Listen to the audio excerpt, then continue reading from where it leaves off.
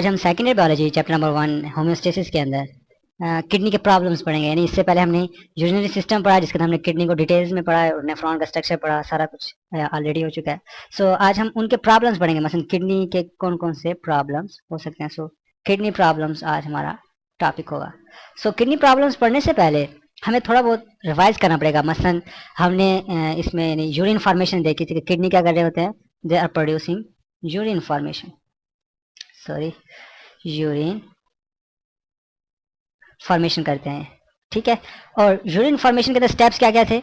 मसलन सबसे पहला जो स्टेप था वो प्रेशर फिल्ट्रेट आता था, प्रेशर फिल्ट्रेट। देन जो सेकंड स्टेप था वो उसकी सिलेक्टिव रीअब्जॉर्प्शन थी, सिलेक्टिव रीअब्जॉर्प्शन। अब हम इसकी डिटेल में नहीं जाएंगे क्योंकि हम ये ऑलरेडी पढ़ चुके हैं, सही। सो यहाँ पे मेरा जो कह लें कि हमारे जो टॉपिक से कंसर्न होगा वो सिलेक्टिव रीअब्जॉर्प्शन में है कि मसलन अगर कैल्शियम आयंस ये रीअब्जॉर्ब करता है, ठीक है, कैल्शियम आयंस ये वापस रीअब्जॉर्ब करेगा यानी फिल्ट्रेट में से। तो इस दौरान क्या होता है कि अगर कैल्शियम आयंस ज़्यादा है ना, so it will gonna react with oxalic acid, ठीक है। समटाइम्स ऑक्सैलिक एसिड हमारे ब्लड में ज़्यादा हो जाता है। मसलन ऑक्सैलिक एसिड हमारे पास कहाँ से आता है, वेजिटेबल्स होती हैं बहुत सी, सही से मैं चलो यहाँ पे नहीं लिखता बल्कि ये डायग्राम थोड़ी सी मैं हटा देता हूँ यहाँ से। सो ऑक्सैलिक एसिड हमारे पास कहाँ कहाँ से आएगा, मसलन वेजिटेबल्स होती हैं, ख़ास तौर पर टमाटर्स में बहुत होता है ये, ठीक है। वेजिटेबल्स हैं और टमाटोज हैं, सही। सो वेजिटेबल्स स्पेशली टमाटोज के अंदर ऑक्सैलिक एसिड की तादाद बहुत होती है, ठीक है। यानी कैल्शियम की कंसंट्रेशन ज़्यादा हो और साथ कह रहे हैं कि जो ब्लड है उसके अंदर ऑक्सैलिक एसिड मौजूद हो, सही। यानी कैल्शियम कंसंट्रेशन ज़्यादा है, ऑक्सैलिक एसिड आता है, तो ये दोनों आपस में रिएक्ट करते हैं। मसलन ऑक्सैलिक एसिड का मैं स्ट्रक्चर बनाऊँ ना, सो ये होता है इस तरह CH, CH2 COOH, इसके साथ इसके साथ कैल्शियम रिएक्ट करेगा। मेरे ख्याल से मैं शायद ये ऑक्सैलिक एसिड का स्ट्रक्चर गलत बना रहा हूँ, बल्कि इसे इस तरह नहीं होता। ऑक्सैलिक एसिड मुझे जहाँ तक याद पड़ता है ये होता है इसी तरह, लाइक COOH, यहाँ पे भी HCOOH, ठीक है। ये oxalic acid, it is oxalic acid, सही। सो ये जो ऑक्सैलिक एसिड कैल्शियम के साथ रिएक्ट करता है और कैल्शियम ऑक्सलेट बना लेता है। मसलन यहाँ पे हो जाएगा HCO हो जाएगा, यहाँ पे भी सॉरी CA, सिमिलरली C≡OH बना लेगा, ठीक है। सो ये क्या बन जाएगा हमारे पास, कैल्शियम ऑक्सलेट। और जब कैल्शियम ऑक्सलेट की ज़्यादा तादाद होती है तो ये किस शक्ल में चला जाएगा, स्टोन की शक्ल में। So it will convert into stone. So it is all a chemical reaction. बताने का मकसद ये था कि जब ब्लड के अंदर ऑक्सैलिक एसिड का लेवल ज़्यादा होता है तो ये कैल्शियम के साथ रिएक्ट करके, खासतौर पर किडनीज के अंदर, ठीक है, क्योंकि किडनीज के अंदर आयंस की ट्रांसफर हो रही होती है, यहाँ पे आयंस कंसंट्रेटेड शक्ल में होते हैं। सो जो कैल्शियम है ये ऑक्सैलिक एसिड के साथ रिएक्ट करके कैल्शियम ऑक्सलेट बना सकता है। इस तरह कैल्शियम यूरिएट क्रिस्टल्स भी बनते हैं, ठीक है। कैल्शियम ऑक्सलेट के अलावा यूरिएट क्रिस्टल्स भी होते हैं, सही। सो इनको हम किडनी स्टोन्स कहते हैं। इसकी आपको डायग्राम भी नजर आ रही है, सही। सो इसमें अगर आप देखें तो ये अब किडनी के अंदर एक स्टोन मौजूद है या एक यूरेटर के अंदर स्टोन मौजूद है। सो ये कहाँ पे, यानी यूरिन फॉर्मेशन के बाद, ठीक है। अगर इस यूरिन के अंदर ज़्यादा कैल्शियम हो और कह रहे हैं कि ऑक्सैलिक एसिड आयंस मौजूद हों तो, या फिर यूरिक एसिड ज़्यादा मौजूद हो, वो आपस में रिएक्ट करके साल्ट्स बना लेंगे, ठीक है। सो ये किडनी स्टोन्स कहलाएंगे। स्टोन क्या कह लेंगे फंक्शन होता है कि इट ब्लॉकेज, ठीक है, ये एक ब्लॉकेज से क्रिएट कर देगा जहां पे भी मौजूद होगा। उस ब्लॉकेज से फिर इन्फ्लेमेशन होती है, ठीक है। आप पूछेंगे ये इन्फ्लेमेशन क्या होती है। चलो इन्फ्लेमेशन को सिंपल कह लेंगे, यानी ऑर्गन डैमेज स्टार्ट हो जाता है, ठीक है, कि ऑर्गन डैमेज स्टार्ट हो जाएगा और ऐसा ऐसा किडनी खत्म होना शुरू हो जाएंगे और रीनल फेलियर की तरफ केस जाता जाएगा, सही। सो यानी अब इसमें जो कैल्शियम ऑक्सलेट है ना, ये जो स्टोन है, ये ऑलमोस्ट 70% केसेस के अंदर हमें किडनी के स्टोन में ये मिलता है, सही। और एक और स्टोन जो भी हमने बात की 10% इसी तरह जो से है हमें मिलता है यूरिएट। सो ये 10 नहीं है, ये 15 है, सही। 15% हमें कैल्शियम यूरिक एसिड के साथ आएंगे, यानी कैल्शियम यूरिएट मिलेगा,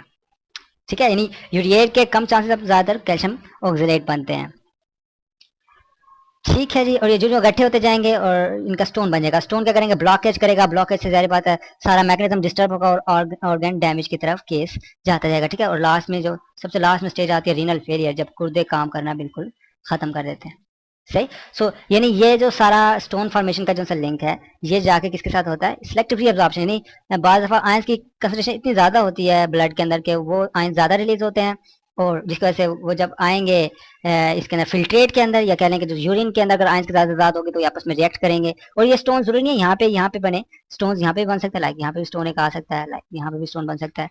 सो जहाँ पे ये रिएक्ट करेंगे और ऐसे ऐसा वहाँ पे अकुमुलेट हो जाते हैं, ठीक है। यानी इनकी जो अकुमुलेशन है ना, अकुमुलेशन ऑफ कैल्शियम यूरिएट या कैल्शियम ऑक्सलेट, ये स्टोन बनाएगा, ठीक है। और ये स्टोन फिर ब्लॉक काज करेगा, इन्फ्लेमेशन, ऑर्गन डैमेज इसके अंदर आ जाएगा।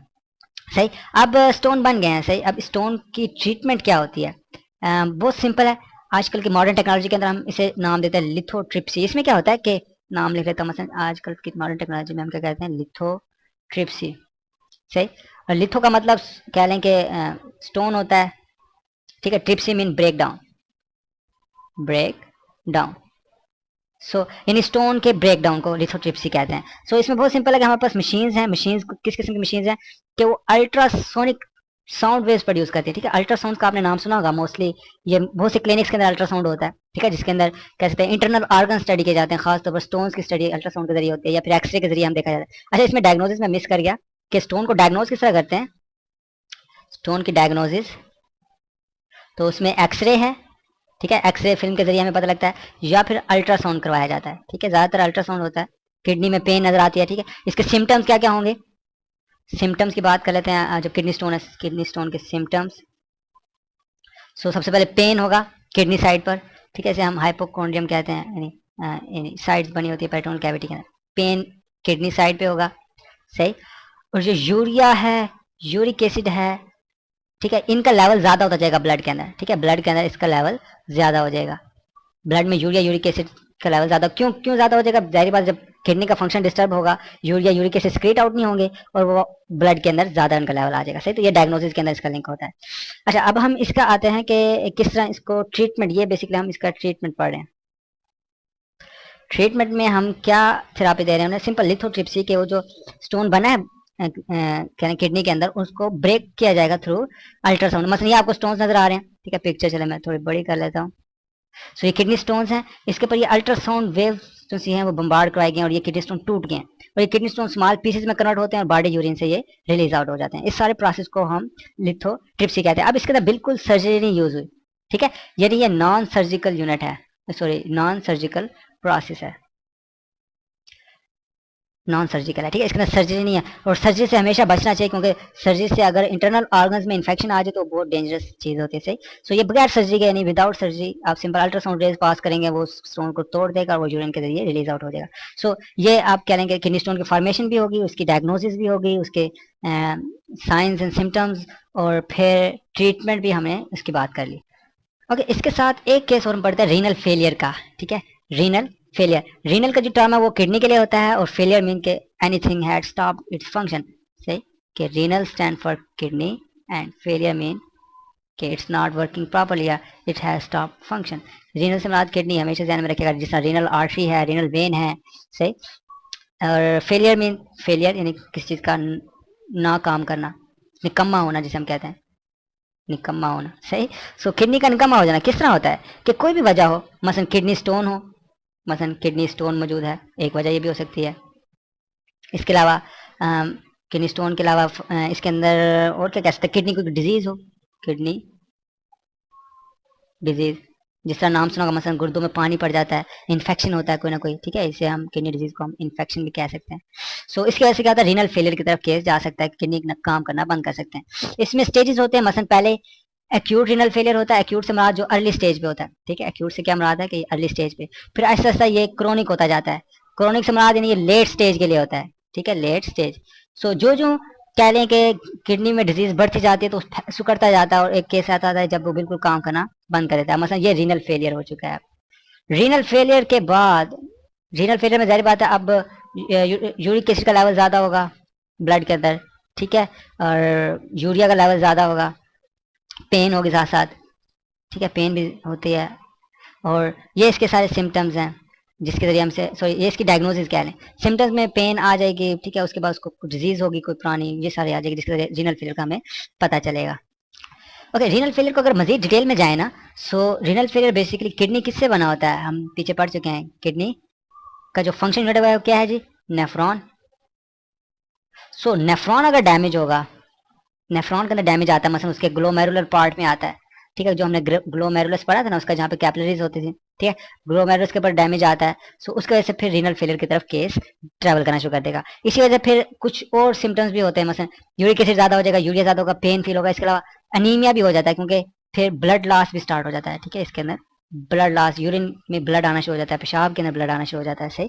सो ये रीनल फेलियर के केसेस हैं और ये बहुत सीवियर किस्म के होते हैं। इवन अगर किडनीज काम करना बंद कर दें तो, और जो जानदार है, ठीक है, जिस तरह ह्यूमन बींग्स हैं, उसकी डेथ विद इन डेज हो सकती है, ठीक है, 2-3 दिन जिंदा रहेगा, उसके बाद डेथ हो जाएगी, ठीक है। अब हम इसकी ट्रीटमेंट पे आते हैं।